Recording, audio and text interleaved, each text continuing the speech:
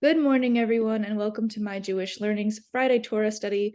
Feel free to put where you're joining from in the chat. We're joined today by Daniel Levitt, and we really look forward to the Torah that he's bringing today for all of us. Good morning. Hi, everybody. I know everybody likes source sheets. That's what I was told the last time I did this, but I was only asked on Wednesday to step in for somebody today. So I have, I'll share my screen to look at what we are going to learn together. But I wasn't able to send something around. I didn't have enough time. I apologize. So let me just pull up my my screen. All right.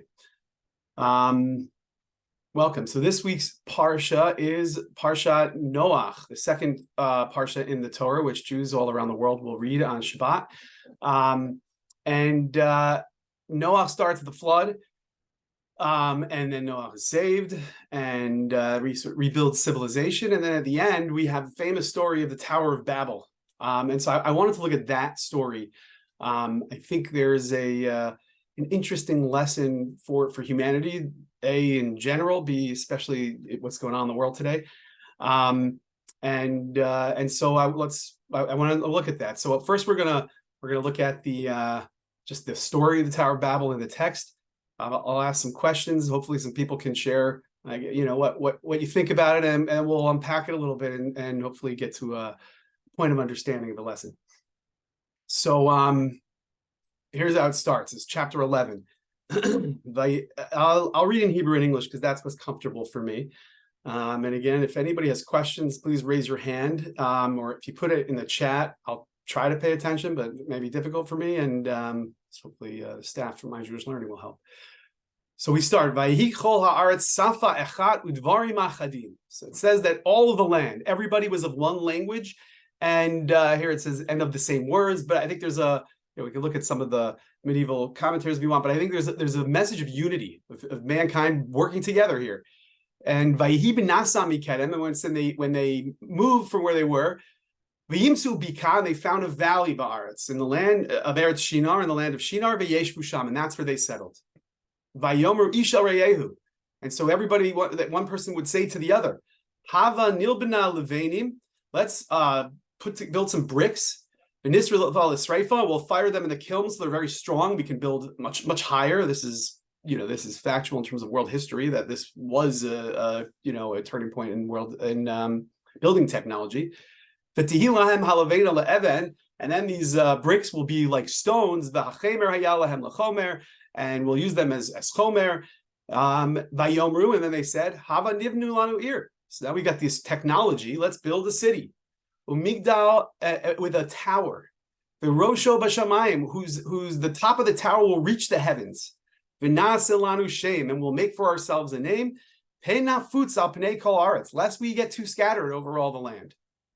Vayered Hashem lirot et ha'ir, and God comes down to see this city, Bet Hamikdal, and this tower they built, Asher banu b'nei Adam, that the people built. Vayomer Hashem. Hey, they're all unified. They've got one nation, one language. And this is what they start doing. And now nothing will be able to be withheld from them from what they plan to do. Hava, so let's descend and mix up their languages. Asher lo yishmu ish sfat reyehu, so that one person can't really understand the language of the next guy. Vayafetz Hashem otam misham, and so Hashem scattered them al pnei kol aretz, on the face of all the land. Vayachtelu livnot ha'ir, and they were no longer able to build the city. Al kain krashma Babel. That's why they call the name of this city Babel. Ki shem balal Hashem, sham balal Hashem sfat kol haaretz, because there is where God mixed up all the languages of the land. Umisham hefitza Hashem al pnei kol aretz, and that from there God scattered them over all the land. So that's the entirety in the text of what we know from the Tower of Babel. I'm curious, what do you think's going on here? If anybody wants to participate, it'd be helpful. What's the problem? Why is God upset with what they're doing? They're talking about being unified and building a city to gather everybody and be unified, and it seems like that's a problem, and God wants to punish them so that they can't accomplish what they want to accomplish. And he does that by changing their language. And so the question that I would like to explore is why what's the problem in the first place, right? That they need to be punished, and how does the punishment fit the crime? In general, is a concept principle in Judaism that if there's a punishment happening, that there is usually the concept of the punishment fits the crime. So if anybody wants to participate, hold on, I gotta look at who's on the screen. I gotta change my situation here. I'll give you guys a second to let me know if anyone has a hand up. I don't think you can unmute yourself unless you have a hand up. I got a hand raised. I can't figure out who it is though. Give me a second. There we go, Tanya. Okay. Yes, Tanya, are you able to unmute? Can you hear me? I can hear you, yes. Okay, the problem was the motive. And what do you see in the text that tells you the problem is the motive? And they were wanting to exalt. He posts the name of the exaltation of the Creator, and this is really inconsistent.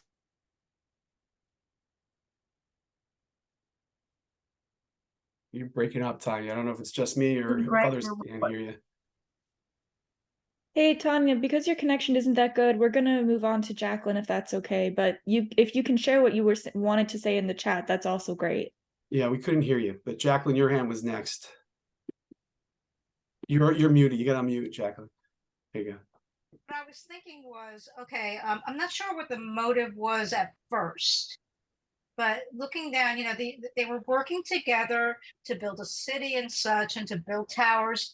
But maybe in doing that, the community themselves started to compartmentalize, separate, and in creating different languages, it forced it, hoping to force the people to start looking back at themselves, talk to them, try to understand each other again. I like that's interesting. So let's that may be why the punishment fits the crime. So hold on to that idea. We'll return to it. The last hand I see up is Aglaya. Did I pronounce that correctly? Okay, yes, actually that's a European pronunciation, but Aglaya is usually what I use, but Aglaya.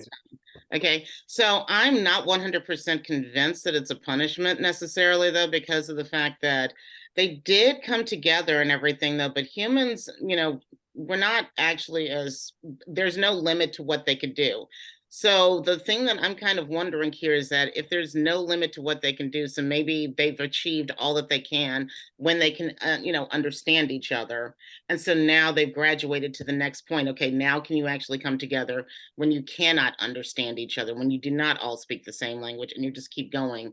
And who knows, if we do ever come to a point where we can understand each other and come together when we do not all speak the same language, well, I don't know what's going to happen, what we're going to actually achieve then, but then how do we know it's not going to all get destroyed at that point?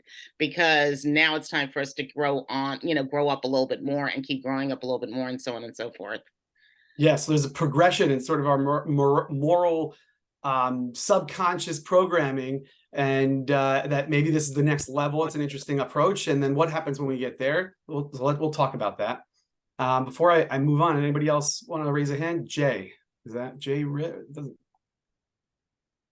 Yes, so I'm thinking they wanted to do this by themselves. They thought they can do this by themselves.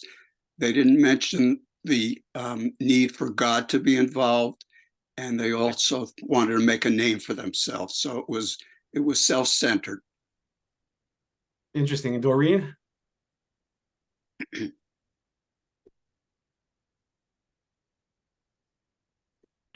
Oh, okay. Is it not isolationism?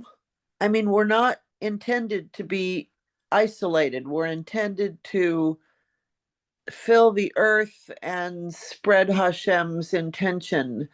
And in Babel, weren't they wanting only to be isolated?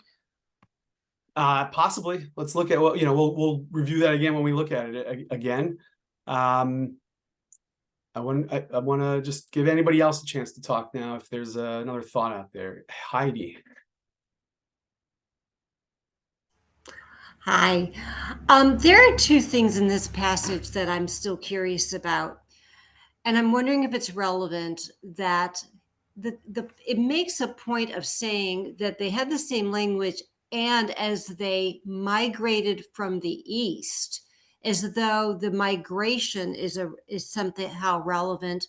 The other thing that I'm curious about is it's also making a point of saying that they are making bricks and burning them hard as stone. And I'm just questioning, I'm just curious, why is that in there? Why is that relevant? I just like to think that everything that is in here, it means something. And I'm not sure if like with the first thing, is the something about the migration changes the people? And secondly, is there something about the fact that they've decided to fashion these bricks as though they were stone? Does that mean something? I just genuinely don't know. Yeah, let's see. Robert Niederman. Can you mute yourself and Can you hear me? Yep. So yeah, I think the bricks are there because it is like you said, a technology that you can use to build something up to heaven. And it reminds me of Mao Zedong. He said, we can conquer heaven. That's what he wanted to do in China. He wanted to conquer heaven, replace heaven. And I think that's what people are trying to do. They always want to replace heaven. Elon Musk, he said, this earth isn't good enough. I need to go to other planets, live there. We need to we need to replace God. And I think this is a big problem. That definitely seems to be a theme that they may be alluding to. We've got two more hands. That's great. Debbie and Yvonne. Debbie first. Okay, so it seems to me that there's a discrepancy between what the people think they're doing and what God thinks they're doing. Because their statement is they want to make a name for themselves or else they'll be scattered all over the world. And it seems to me that that implies that they feel that a group identity, i.e., an accomplishment which will give them a name for themselves from that accomplishment, will prevent them from losing touch with each other if they become scattered and they don't have that identity. Then they won't be able to stay in touch with each other. And of course, that's what has happened to Jews. We've been scattered, but we do have a name for ourselves, so it has kept us together. Whereas God looks at this and seems to feel that it's wrong for everyone to be one and act in unison, and that they could do everything that they wanted if they all came together that way. And there's no reference to the idea that, it's not good for them to be scattered, or it is, or whatever. But it seems like God looks at this accomplishment in a different way than the people were looking at this, given the statements that each of them say. Thank you. Yeah, interesting. All of these things I think we will be touching upon when I go through it again and read it differently, read it through the lens that our sages have looked at this and draw lessons from it. So I have another hand. Yvonne, did I pronounce that correctly?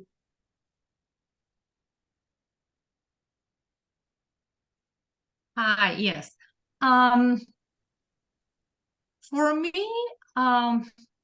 what I see here is this is the beginning of humanity, the beginning of everything, the Genesis.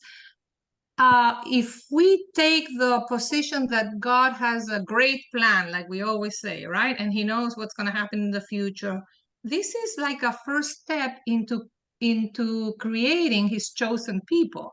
If everyone would be together, there would be one humanity. Maybe that would have been better, who knows? But in his plan and what we see afterwards happening through history, he needed to separate his chosen people with their own language, with their own customs, with their own traditions. And that's what we see in the Torah developing. So I see this like a first step on God's greater plan. Yeah, I'm going to use that to transition now. And I think I agree with you. I think there is a part of this being God's greater plan. And ultimately, we're going to learn a lot about God's greater plan, I think, from here, because we start with this notion of unity, which is great. You know, the idea of that, you know, the messianic age, we say that on that day there'll be oneness in the land and everybody will be together and God's name will be one. The idea of unity is right there in the core of our understanding of a perfected world, right? And yet here we see a sense of unity, and God's like, whoa, that's not, you know. And so we got to get a sense of what of unity. What does unity look like in a way that's unhealthy, and where is it harmful? And so that's what I want to look at to transition. So before we go back to look at the verses, I want to scroll. I have a lot of things here. I may look at some of them, may not. But there's a midrash, a rabbinic story that accompanies this, and I want to look at that, and then look back into the text when we know that this is sort of the bias through the way that they're looking about other things that went on here. So let's look at here. This Pirkei de Rabbi Eliezer.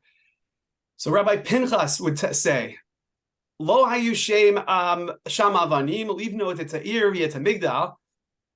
So Mahayu Osin, they didn't have bricks and stones to build this tower. What did they do?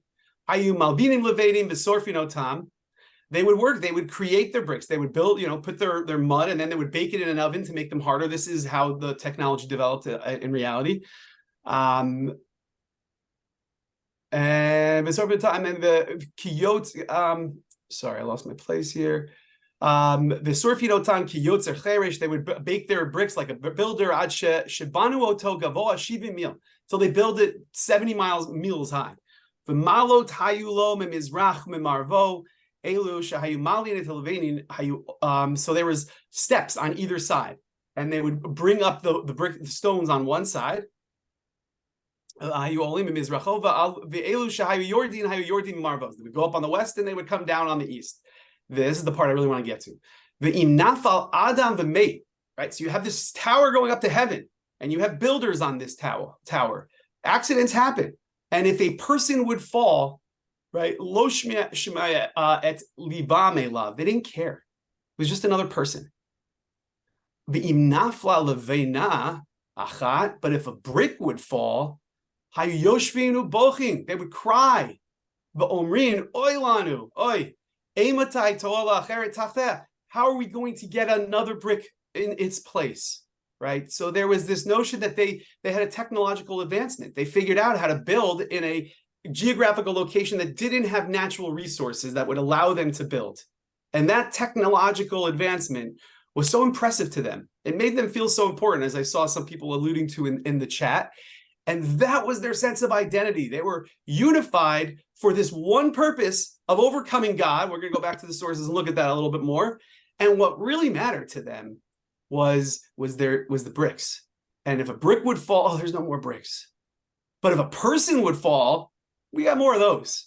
Just put another person up in his place, and that wouldn't bother them.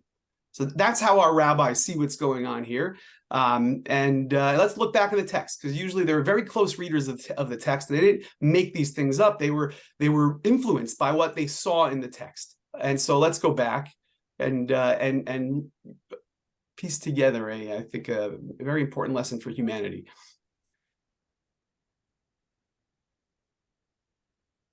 All right, so we said that all the land was one language, and and they were unified. And when they moved from this place, they found a valley, and they settled there. And then they said, "Let's build these bricks," like I said before. And I'm just building up the argument again. I believe that they are really celebrating themselves. Look how great we are. We've got this technology, and with that technology, what are we going to do with it? Hava nivne lanu ir. Let's build a city, a migdal, with a tower that's going to reach heaven, right? And I can show you some of the medieval commentators that view a bunch of these things. But actually, let me give you a little bit of the tricks in the text that I think are really they're neat. Where was it?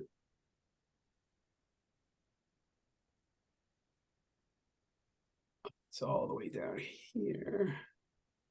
There we go. Let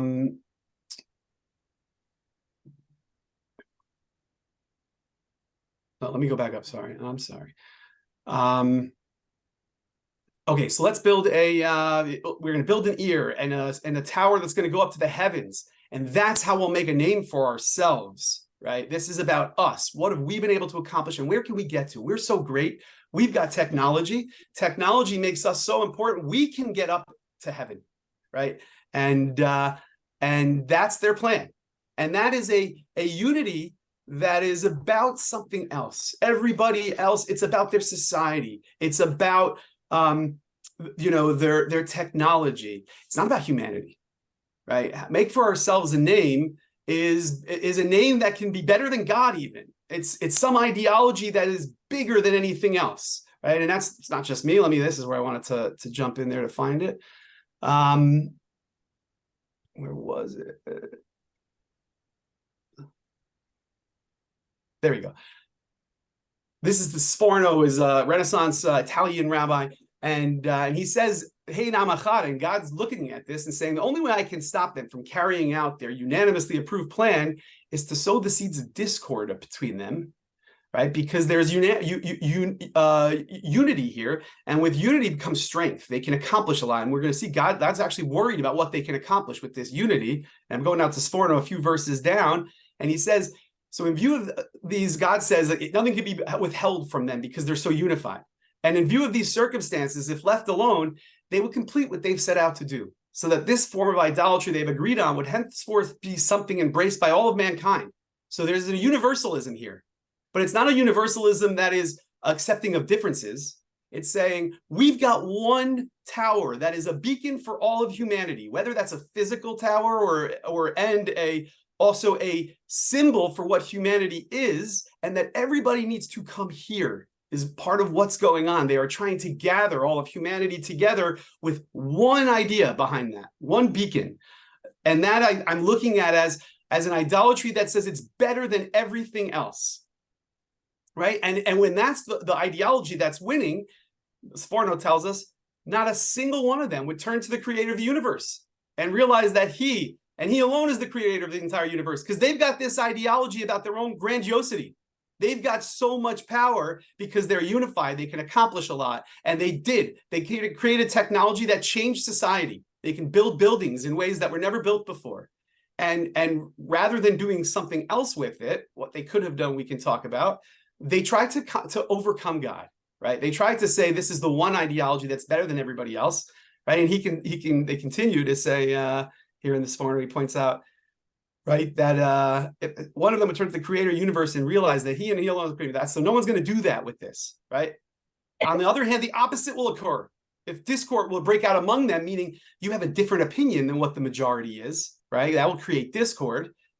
Regarding the supremacy of any of the other deities versus the competing ones, it's such a scenario. Every nation would believe there's only one deity and that it's superior to all various national deities, whose concern is only with the particular nation worshiping that deity. Anyway, so it's talking about an elitism that's going to snuff out any difference, right? If you have a different idea, you can't exist in this society that is focused on our own greatness through our own unity. And if you are different, right, then it's about the ideology more so than the humanity. Right? Difference is not comfortable in that situation, which is what I think is alluded to in that midrash we looked at before, is their ideology was based on their bricks, right? That's a little clue in the text, was what they can accomplish with their own hands and how that influenced them to then build this tower, right? And they mourn when there is a chip of their ideology, when a brick falls, because that's the basis of their ideology, is their own importance. When that falls, we mourn because there's a limit. And that's what we as a society have invested in. Humans, we got plenty of those, right? The humanity is secondary to their ideology. Their ideology is the only thing that matters. And there's this unity, and God looks at it and he's horrified. Or God is horrified, right? All of humanity is unified. And God wants to go take a look at what humanity does when they're unified, which is the goal. The Yomer Hashem, back here in verse Vav 6, God says, "Hey, they're unified. They've got one culture, one language. And this is what they do." And I'm reading that as incredulous. This is what they do, And I could just tell you outside, or I can show you inside here from different ideas. But Rabbeinu Bachya, he's the Sephardic commentator, and Where are we? Right. So we're in Kabbalistic approach to understanding. He's looking at the words. Let's make a name for ourselves. Fundamentally, their sin is the same as their forefather who had become guilty of Adam, which is why he says this is Bnei Adam, of what our sages called kitzatz b'netiyot, the heresy practiced by Enosh. And Enosh was alluded to or spoken about in chapter 4, verse 26. And it says, I'll read it to you real quick.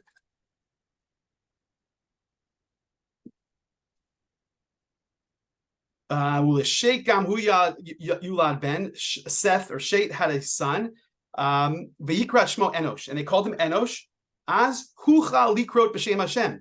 And then man began to call in the names of gods, and he looks at this Huchal, right? The word Huchal, begin, it's here and it's there. It's in this verse in our Parsha here in Migdal Babel, the Tower of Babel, and it's there with Enosh. And he says the word Huchal in that verse needs to be translated as was desecrated, that this is when men began to desecrate the name of God. So here too, the words Zeh hachilam la'asot have to be understood in the same vein. It's not just, oh, this is what you're doing. It's this is what you're doing, right? You're doing something terrible. And now they've committed a desecration, right? So we're getting a sense now of what God was so upset about, that they're doing something terrible. So what? Let's keep going here. Where was God? Here we go. They're all unified, and this is what you're doing. And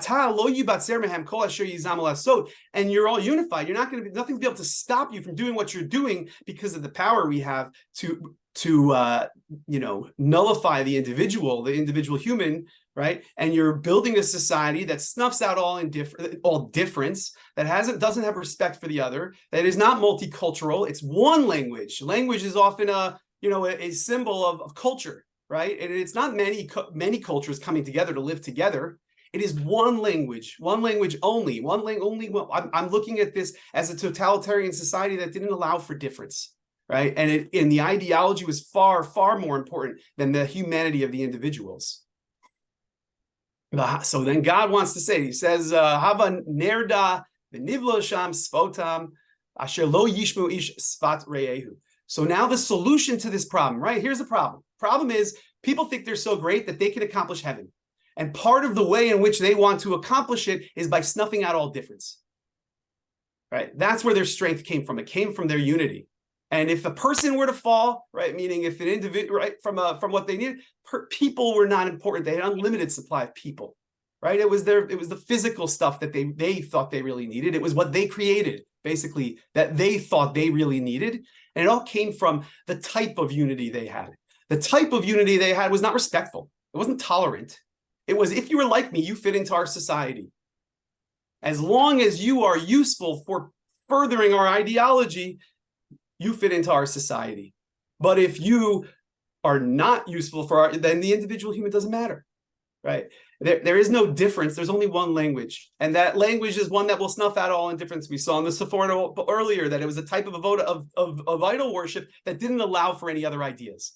So how are we going to fix that problem? A problem of a society that, yeah, it's united, but it's united because there's no difference allowed. There's no, there isn't, freedom of speech, presumably in this type of society. I'm guessing, but I'm looking at a society that cares about ideology more than humans, that cares about uniformity more than unity over difference, because we don't get a sense that there's any difference here, right? So God has a solution, and I think all of human. By the way, there's the little cheat sheet. I think all of human history is in the process of this solution, right? So what's God's solution? Let's look at Hava nerdav and navlasham spotam. Let's go and mix up their languages. Asher lo yishmiu tzvar, so nobody can listen. You can't understand each other.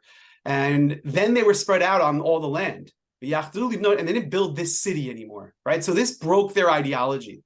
Al kain krashma Babel, and that's why they call Babel, because Hashem mixed it all up.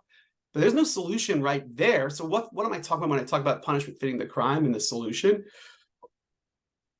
So, and I think it's something people mentioned in their answers before, and something I alluded to in some of the chats. Well, I've had the chance to look, but I'll just say it out loud and then I'll pause for questions. Lois, I see your hand. I'll get to you in a second. But what I think is going on here is I think what we're saying, God is saying, unity, absolutely. I mean, there are so many other sources. If we have more time, we can look at the concept of unity in Judaism, no question. The idea of respect so that we can live in a tolerant society and be able to be together, but despite our differences, is what I believe God wants. Right? You got to take my word for it, but I believe that's part of the goal. And so, how does God in this story try to get there?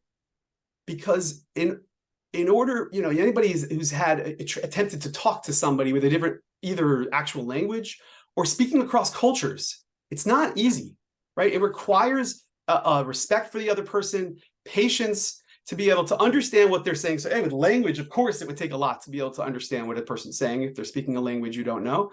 But about cultural differences, you may be saying one thing and somebody else is hearing another thing.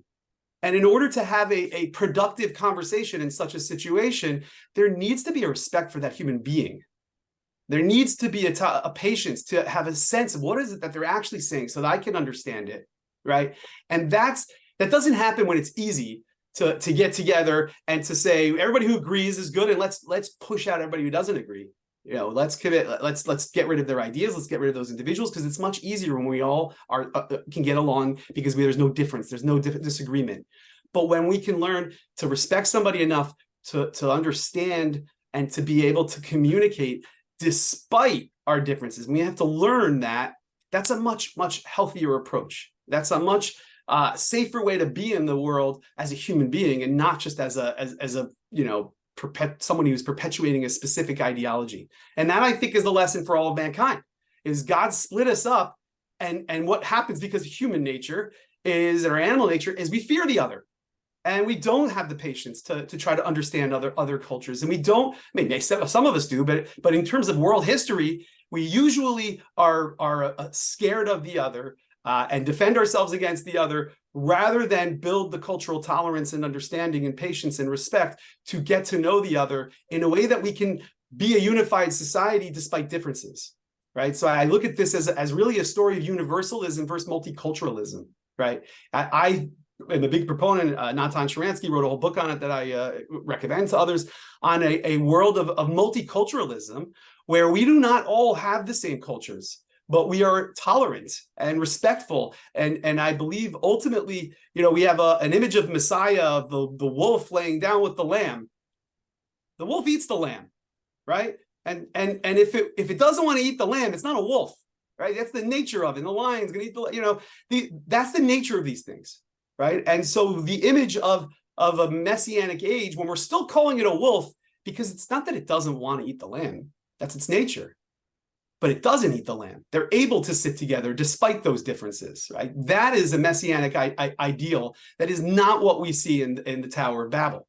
The Tower of Babel is a whole bunch of wolves or a whole bunch of lambs. And we don't have to disagree with we don't have to live in a world of disagreement.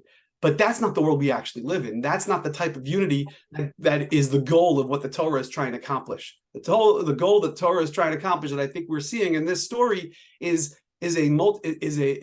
through a humility of the culture and of individuals to be able to want to learn and respect others. And through doing that, when the entire world can get along and be unified like they were in the Tower of Babel, but in a multicultural society, that is a society that God wants to build. And that's a society that doesn't try to overcome, conquer God. It's a society that wants to further humanity and further the goals of God. And in that situation, humanity is what matters more than anything else. Human lives are more important than ideology, and protecting human lives, sometimes at the cost of things that are difficult. But if it's in the long run, something that's about protecting human lives, that is the type of unity that God cares about, even when it's difficult. And so I'm going to open up for questions. We have 10 more minutes. If anybody has questions, I know we have one raised hand, but I want to just conclude with a blessing that we can all live in a society where, despite our differences of opinion, we have a similarity in that we want to live together, right? We want to be able to learn from our differences and not be threatened by our differences, and build a true unity that's not a uniformity, but that's multicultural, that can give us guidance when we're challenged by the other, but that ultimately is a world that's unified because of our respect for humanity, and not because we have one ideology that unifies us, right? Because when it's one ideology that unifies us, all difference is a threat. But what unifies us is respect for our shared humanity, then there isn't anything we can't accomplish. And what we will accomplish will be good because we care about other people. And that's what matters more than anything else. And so I pray that we can all live in a world where that respect for human beings is what matters more than anything else, where we have to make tough decisions in order to protect that idea, that, humanity from ideologies that seek to destroy, and that seek to separate, and that look to find, destruction ultimately in its in the future, when that's what guides us. So that's my prayer and hope, and I'll conclude with that and open it up to questions. Lois, you've been waiting for a while, and we'll go to you first. I wanted to know why did people move from the east to Shinar? And in line 7, where it says "Let us go down," who's the us? Yeah, so these are, there's a lot of commentaries that will get to some of these questions that weren't as relevant for my point, but I'll just answer them quickly. Rashi, the great Torah commentary Rashi, says that they moved from, I'll read you it in English, which was where they had resided somewhere on the east, as is written above. And he refers you to, if you want to look it up, chapter 10, verse 30. Their dwelling place was in the eastern mountains, that's what it says. And they journeyed from there to seek for themselves a place to accommodate all of them and confined only Shinar. And the idea is that they had actually gathered most of the humanity and they didn't have enough room anymore. And so they wanted to find a place where they could build this one city and they could build this one tower that if you weren't part of our culture, you could see it, right? And you could gather in. And the idea was, it wasn't about it wasn't about spreading and populating the world and reaching out. It was about bringing in, having everybody come to this one place. That's why I'm talking about it being like, a sort of totalitarian ideologies being symbolized by this one tower in the middle that everyone gathered towards. There was only one thing, and that was what gathered everyone together. That's how I'm looking at it, about the purpose of why they had to move there. And what was the second question? They moved east? On line 7. Oh, who's the us? Right. Who's the us? Yes. It could just be a way of, could just be a literary gimmick of God. God also says, "Let us make man." So it's not unheard of in the Torah that God refers to that way. But some of the commentators say it's God referring to his heavenly tribunal. And then there's another lesson. One of the commentators say that one should not judge unless you've actually gone down to see, because that's what God did with his God and the heaven. Any other questions or comments? Jay, we got you again. I'm actually just going to hop in here and unmute to say someone was asking for the link to the sheet in the chat. I'm not sure if you would eventually be comfortable sharing. It's the sheets really chapter 11 verses 1 through 9. Somebody could email. I'll put my email in the chat if you want, like some of the, I didn't look at a ton of the commentary, and it's really not edited. There were some of the commentaries I was looking at when I was studying, and I had 2 days to prepare, so it's not really edited. But if somebody's interested in seeing either the Sforno or the Midrash we looked at, you can email me and I'd be happy to send it to you. But I'm not really comfortable sharing the whole source sheet, because I really just put there's a lot in here that's just really notes, and so wasn't planning on sharing it. Other question, Jay and then Marjorie. So it seems to me that one of the major lessons we see here is the importance of listening, which I think you touched on. And if you think of a tower, it's sort of akin to a silo where you're only hearing one point of view. And I think human beings are not good listeners.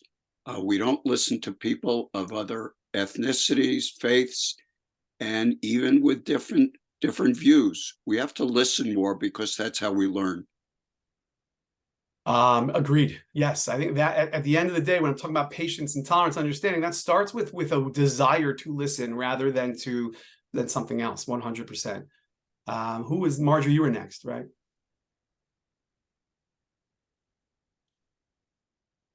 You have to unmute. Okay. This is more of a question about how to deal with what's happening in the world right now. I feel that for most of my life, I have believed in the respect for shared humanity, and respect for other cultures. And yet when this all happened, I feel myself retreating into a tribalism and a hardening of my heart in a way that I don't know myself anymore. And the only thing I need, I need to know, what does God want from me right now? Like, I don't know. I don't know how to, if I I think I can't directly answer your question, especially not the time we have. But I understand your question, because we're dealing. It's hard sometimes. What I'm saying, what I'm dreaming is not always so easy. It's I'm saying, oh, we listen, we talk, but all I could say, I think, without a much longer lesson on, on a lot of other ideas that I think are relevant here are that unfortunately we live in a world where not everybody shares the notion that we should, that everybody who exists has a right, has value. And sometimes they are pushing ideologies of destruction. And it's hard to not be upset by that. But to be reactionary because you're upset, I get political. I don't represent my Jewish learning. I only represent myself. But I get upset when I see in the news that Israel's taking revenge, or these are retribution strikes, because that's not how I understand what's going on. What I understand what's going on is a need to remove Hamas. It's a necessary evil.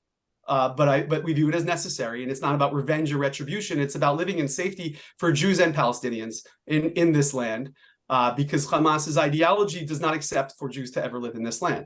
Right. So that's my perspective. I don't want to get into political discussion, but just respond to your question. That's how I understand things. And in such a case, you absolutely have to defend yourself. And in certain situations, defending yourself might mean rooting out an ideology that is aggressively offensive to the notion of tolerance and respect for other people. And that may, the argument that may cost more time. It's worth this talk about, and we don't have time now. But just really quickly, in response to your question, I don't think they are mutually exclusive to believe in a shared humanity while wanting to root out evil. Okay. I don't think we can have shared humanity without rooting out evil. I'm kindly requesting. I'm not really. We don't really get into that. We don't do pop. Yeah, that's I do not. This is I'm answering your question. I don't represent my Jewish learning in any way. I'm sharing my feelings because you asked. Ginny, if hopefully we will not continue in political direction for the last few questions. And mine is actually not a question, but a comment. And I don't think it's political, but I would like to point out the fact that we are almost twice as many people as we normally are in our Torah study on Friday. And I think this speaks to our attempts to become more unified as a people. That's all Amen. I wanted to say. Thank you. And may our attempts to be more unified add more unity and peace to the world. Rob, you've got a hand up, your last hand I see.